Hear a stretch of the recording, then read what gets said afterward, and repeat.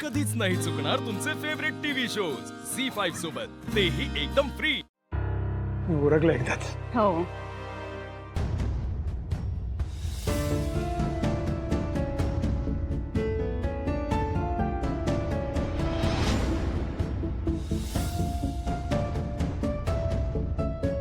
काय प्रकार होता हा सगळा?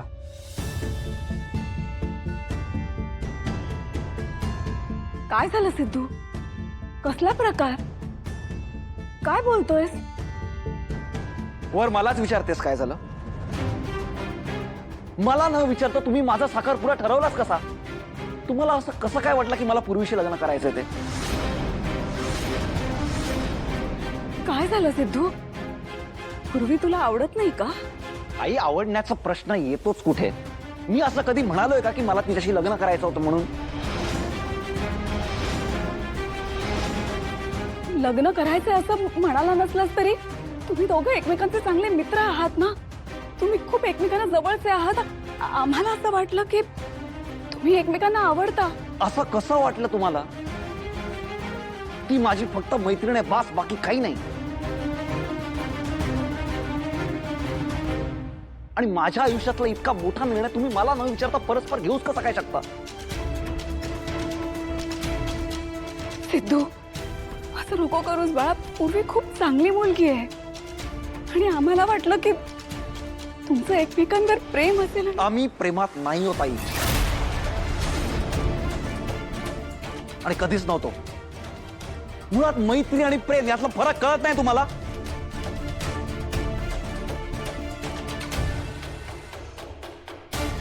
एका साखरपुड्याच्या दिवसापर्यंत मला अंधारात ठेवलं तुम्ही। मी घरी आलो काय, मला कपडे घातले काय, मला उभं काय केलं, आणि झाला साखरपुडा।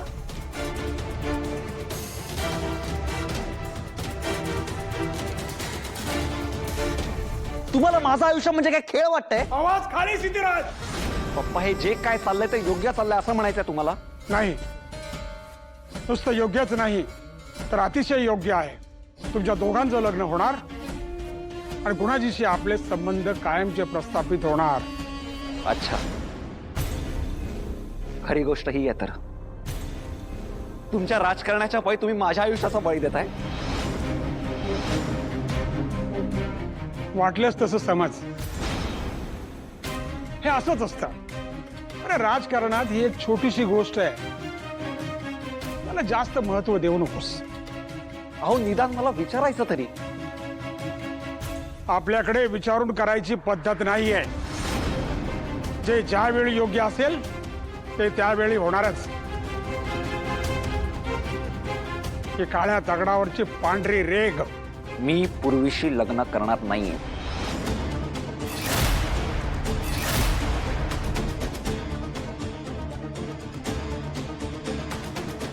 तुला करावंच लागेल आणि हे लग्न होणारच, त्यात काहीही बदल नाही। आई, गुरुजींना सांगून एक चांगला मुहूर्त काढा। लवकरात लवकर या महाशयांचा बार उडवून देऊ।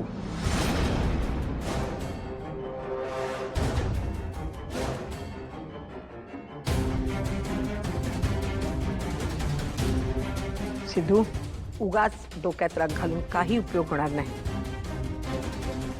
डोक्यावर बर्फ ठेव आणि निमूटपणे लग्नाला उभं राहा, समजलं?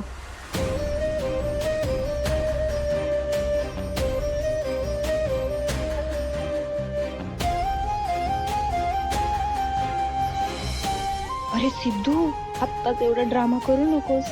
ही तर फक्त सुरुवात होती। आता हळूहळू सगळ्यांना कळेल की नीलांबरीच्या डावात ती कोणाला कसं खेळवते ते।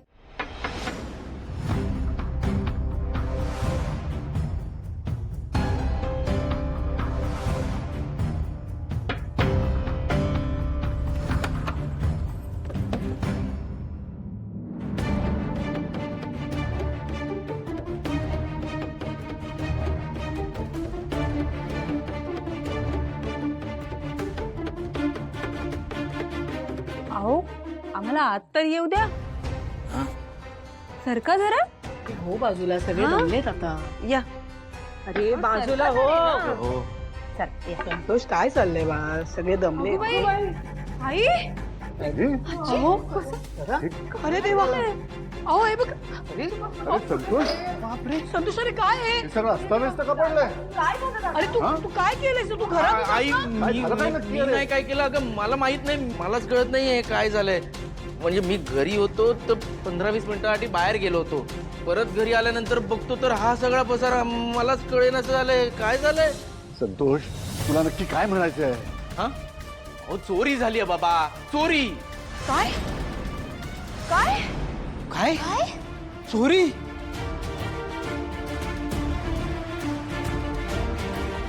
काही काय बोलतो अरे दादा आपल्या घरी कोण चोरी करणार हा आता चोर काय सांगून येणार आहेत आपल्या घरी की दळवी आम्ही येतोय चोरी करायला तुम्ही घराच्या बाहेर जा असं काय असतं का कधी चोर काय येतात आणि चोरी करतात असा पसारा करून जातात काय बाबा अरे पण संतोष मला सांग चोर आपल्या घरात का घुसतील? अरे या घरात चोरी करण्यासारखं आहेच काय? अहो हा?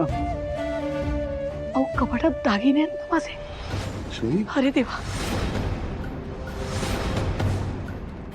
लक्ष्मी हो आपले चल बघूया आधी. अरे बापरे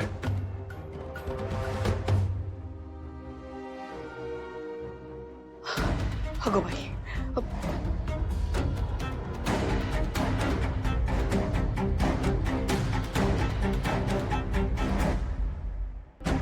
अरे देवा काय? आहे दागिन्यांची पेटी आहे अगं पेटी असून काय फायदा? आत बघ ना दागिने आहेत की नाही ते. हं? बघ बरं. तुमची अंगठी म्हणजे 60,000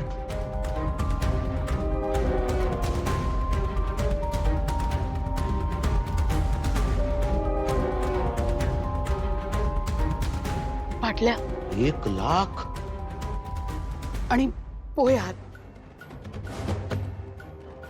1,50,000 म्हणजे केवढं सोनं आहे आईकडे आता आम्ही बसलोय आपले 500-500 रुपये जोडत त्या दागिन्यांच्या पैशात मी बांधकाम तरी सुरू करू शकलो असतो हे दागिने जर मला मिळाले ना सप्लायरच्या उरलेल्या पैशांमधून काही पैसे मी नक्कीच भागवू शकतो सगळं आहे ना? सगळं आहे हो देवाची कृपा काही गेलं नाही. हो ना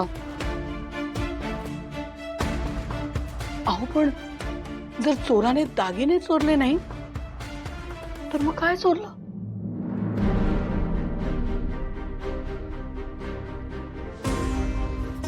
काय ग लक्ष्मी दागिने गेले नाहीत ना नाही नाही सासूबाई आले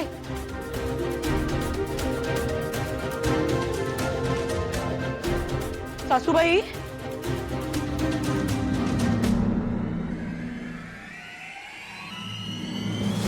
काय रे हा काय बघतोय चल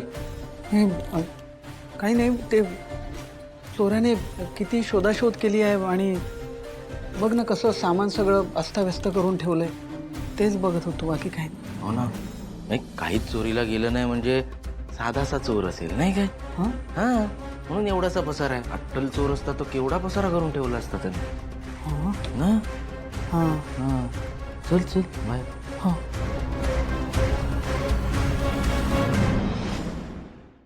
झी 5 ॲप डाउनलोड करा आणि पहा सर्व एपिसोड्स एकदम फ्री.